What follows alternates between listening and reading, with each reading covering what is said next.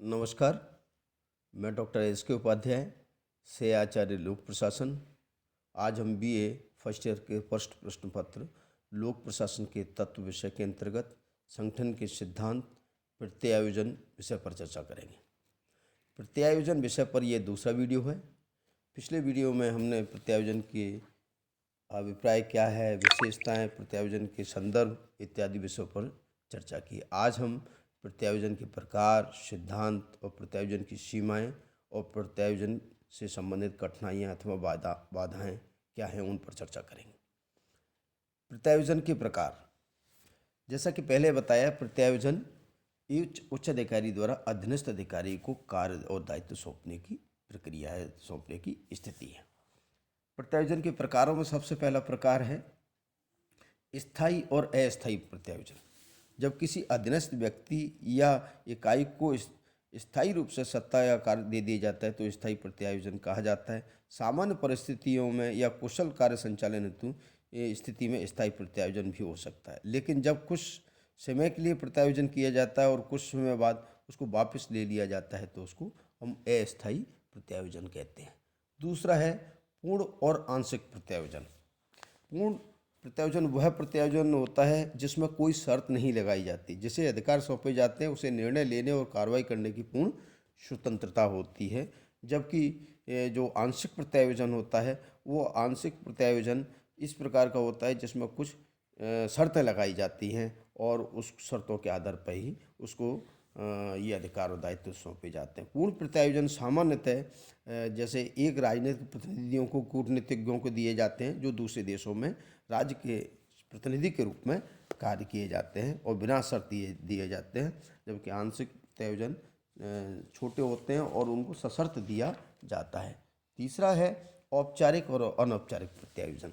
जब संगठन में लिखित नियमों, उपनियमों, आदेशों, प्रक्रियाओं के अनुसार प्रत्यायोजन होता है उसको हम औपचारिक प्रत्यायोजन कहते हैं। तो अनौपचारिक प्रत्यायोजन वो प्रत्यायोजन होता है जिसमें रीति रिवाजों, आपसी सद्भाव के आधार पर होने वाले प्रत्यायोजन को हम अनौपचारिक प्रत्यायोजन कहते हैं। प्रत्यक्ष और परोक्ष, प्रत्यक्ष अथवा अप्रत्यक्ष प्रत्यायोजन। प्रत्यक्ष प्रत्यायोजन वह प्रत्यायोजन है जिसमें अधिकार प्रदान करने वाले और अधिकार प्राप्त करने वाले के मध्य कोई भी बिचौलिया, माध्यम या अन्य स्तर नहीं होता, उसको हम प्रत्यक्ष कहते हैं। अप्रत्यक्ष या परोक्ष प्रत्यायोजन वह प्रत्यायोजन होता है जिसमें उच्च अधिकारी और निम्न अधिकारी के मध्य कोई माध्यम, कोई बीच का स्तर होता है। अगला बिंदु है वो है लिखित और मौखिक प्रत्यायोजन। लिखित प्रत्यायोजन वो प्रत्यायोजन होता है जो लिखित में दिया जाता है और प्राय औपचारिक और महत्वपूर्ण प्रत्यायोजन होते हैं, नियम अनुसार होते हैं। जबकि कम महत्व के वाले मामलों को हम मौखिक तौर पर प्रत्यायोजित करते हैं, उनको हम अस्थायी प्रत्यायोजन भी कहते हैं। अगला बिंदु है सामान्य और विशिष्ट प्रत्यायोजन। जब किसी एक अधिकारी द्वारा दूसरे अधिकारी को एक कार्य के संबंधित समस्त गतिविधियां या प्रक्रिया सौंप दी जाती है उसको हम सामान्य या विस्तृत प्रत्यायोजन कहते हैं। जबकि किसी विशिष्ट प्रत्यायोजन में संपूर्ण कार्य न सौंपकर उस कार्य से संबंधित कुछ विशिष्ट गतिविधि अथवा प्रक्रिया सौंपने की स्थिति को हम विशिष्ट प्रत्यायोजन कहते हैं। प्रत्यायोजन की मान्यताएं, प्रत्यायोजन के सिद्धांत। प्रत्यायोजन के संबंध में कुछ मान्यताएं या तो ऐसे सिद्धांत हैं जिनका पालन करने से प्रत्यायोजन की प्रक्रिया में स्पष्टता, सरलता और संगठनात्मक लक्ष्यों की प्राप्ति में सहजता होती है। तो इनको हम बिंदुवार तरीके से देख लेते हैं। पहला बिंदु है स्पष्टता का सिद्धांत। संगठन प्रत्यायोजन करते समय संगठनकर्ता को या प्रत्यायोजक को संगठन के लक्ष्य, उद्देश्य, नीतियाँ, कार्यविधि इतनी स्पष्ट होनी चाहिए ताकि वो संगठनात्मक लक्ष्यों की प्राप्ति के लिए प्रत्यायोजन और नए दायित्व देने वाले व्यक्ति के बीच में एक उलझन ना हो, समझ पैदा हो सके। दूसरा है निश्चित दायित्व और उत्तरदायित्व का सिद्धांत। निश्चित दायित्व उत्तरदायित्व का सिद्धांत ये बताता है कि जिस व्यक्ति को नए कार्य, दायित्व, सत्ता सौंपी जाए उनको पूर्ण ज्ञान होना चाहिए, उस स्थिति का ज्ञान होना चाहिए। प्रत्यायोजन हमेशा लिखित में होना चाहिए ताकि स्पष्ट रूप से सीमाओं का पता चल सके और अधीनस्थों को बार बार उच्च अधिकारी के संपर्क में रहना चाहिए। तीसरा बिंदु है पर्याप्त अधिकारों का सिद्धांत। जिस व्यक्ति को अधिकार या दायित्व प्रदान किए जाते हैं उसे केवल स्पष्टता, निश्चितता ही नहीं आनी चाहिए बल्कि अधिकार इतने पर्याप्त होने चाहिए जो संबंधित कार्य अथवा गतिविधियों को संपूर्ण रूप से संचालित कर सकें।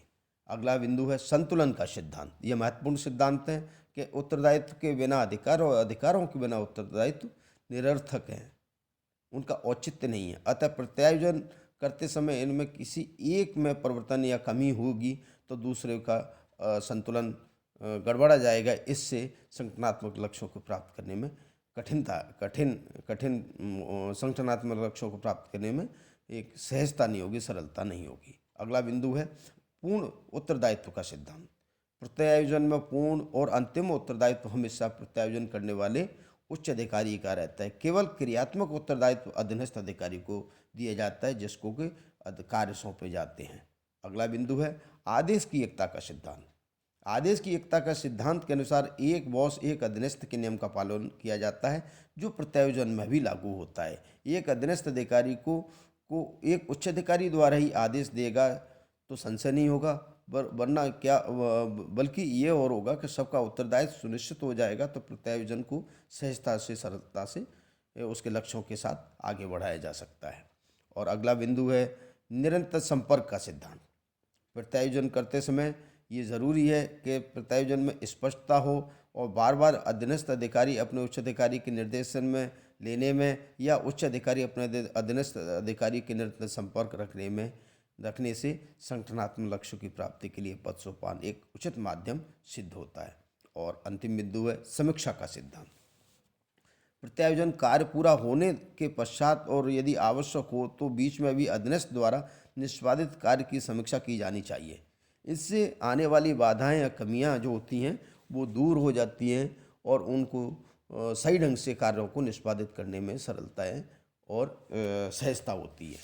प्रत्यायोजन की जो सीमाएं हैं अथवा ऐसे क्षेत्र हैं जहां प्रत्यायोजन संभव नहीं है, बाधाएं, वो आप देख लेते हैं। सीमाएं उच्च अधिकारी उच्च अभिकरण या अधीनस्थ कार्मिकों को निम्न बिंदुओं को या हम कहें कुछ ऐसे बिंदु हैं जिनको प्रत्यायोजित नहीं कर सकता। उनमें से प्रमुख हैं निकटस्थ अधिकारी का पर्यवेक्षण करना, वित्तीय स्वीकृति या नियंत्रण के अधिकार का प्रत्यायोजन नहीं किया जा सकता, नवीन नीति और योजना स्वीकृति को प्रत्यायोजित नहीं किया जा सकता, कानून बनाने की शक्तियाँ, उच्च पद पर नियुक्ति की शक्तियाँ, निकटस्थ जो अधीनस्थों के निर्णय के विरुद्ध अपील सुनने के अधिकार का प्रत्यायोजन नहीं हो सकता, अत्यंत गुप्त निर्णय और उच्च स्तरीय कूटनीति का प्रत्यायोजन नहीं हो सकता, जो अधिकार स्वयं के पास नहीं है उनका प्रत्यायोजन नहीं हो सकता, और अनुशासनात्मक कार्रवाई के अधिकांश मामलों का प्रत्यायोजन नहीं हो सकता। तो ये प्रत्यायोजन की वो सीमा है जिनका उच्च अधिकारी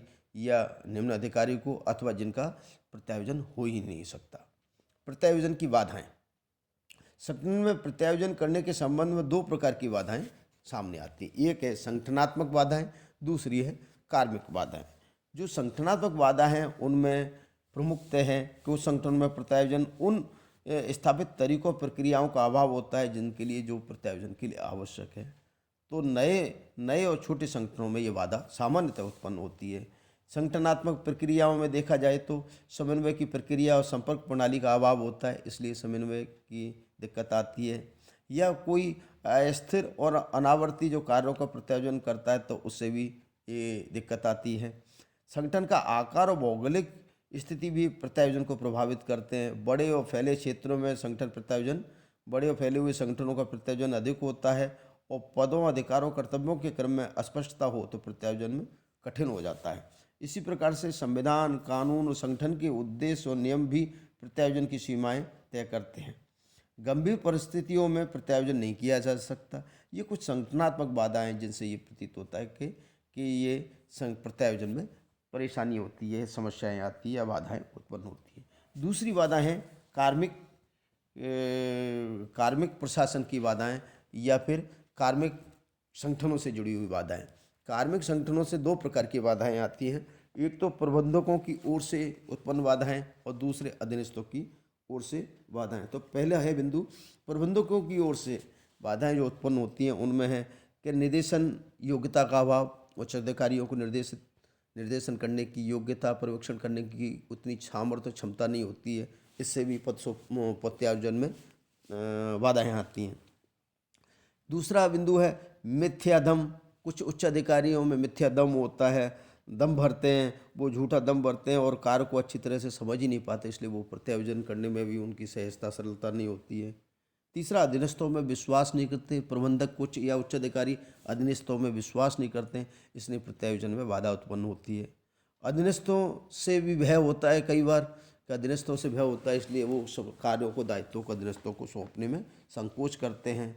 या प्रभुत्व की स्थापना की आशंका भी होती है प्रबंधकों में, इसलिए वो किसी कार्य को अधीनस्थों को सौंपने से झिझकते हैं। समन्वय भी कठिनाई होती है, इसलिए प्रबंधक कई बार समन्वय करने में कठिनाई आती है तो उत्तरदायित्वों को प्रत्यायोजित नहीं करता। दूसरी तरफ से अधीनस्थों की ओर से भी बाधाएं उत्पन्न होती हैं कि जैसे आत्मविश्वास का अभाव। कुछ अधीनस्थों में आत्मविश्वास का अभाव होता है, इसलिए कार्य करने से वो डरते हैं, इसलिए नए कार्य को लेने से भी डरते हैं। दूसरा है करने से पूछना भला की भावना। बहुत से अधीनस्थ स्वयं निर्णय लेने की तुलना में अपने अधिकारी से बार बार पूछना और सुगम बनना समझते हैं, इसलिए ये प्रत्यायोजन करने में कठिनाई होती है। प्रेरणाओं की अपर्याप्तता। कई बार क्या उच्च अधिकारी या अधीनस्थ अधिकारियों के बीच में पारस्परिक संबंध इस प्रकार के होते हैं, उनको अभिप्रेरित करने के लिए जो आवश्यक तत्व होने चाहिए या प्रेरणाएँ होनी चाहिए वो नहीं मिल पाती है, तो अधीनस्थ अधिकारी प्रेरणाओं के अभाव में भी इस प्रकार की बाधाएं उत्पन्न करते हैं। या फिर पर्याप्त सूचना या तकनीकी संदर्भ या आवश्यक जानकारी नहीं होती है, इसलिए कई बार उनको प्रत्यायोजन में दिक्कत आती है।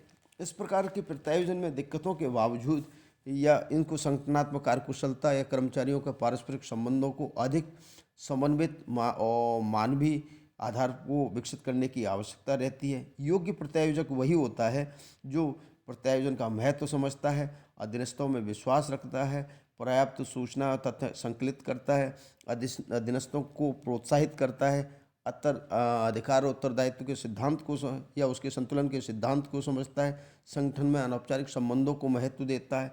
तो ऐसे प्रत्यायोजक ज़्यादा प्रत्यायोजन करने में या संगठनात्मक लक्ष्यों के लिए प्रत्यायोजन को अधिक प्रभावी बनाने में मददगार होते हैं। धन्यवाद।